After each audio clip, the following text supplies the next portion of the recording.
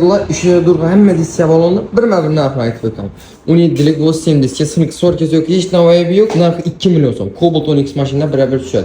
İmunda paket nerse 3 milyon son. Diskiyesi balonu bile. Absolutely paket. İmunda ise 17'lik Bentley diskiye Cobalt 10X maşinine düşer, narxı 2 milyon 900 bin son.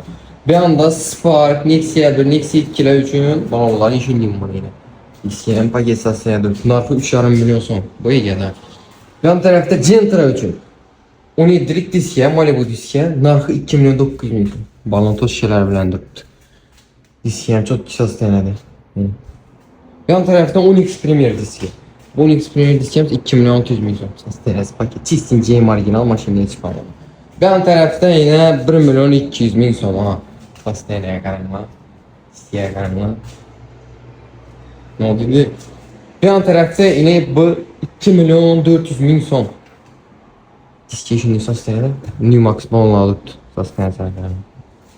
İyi şimdi. Nexia Spark Cobalt 10X maşinine düşer.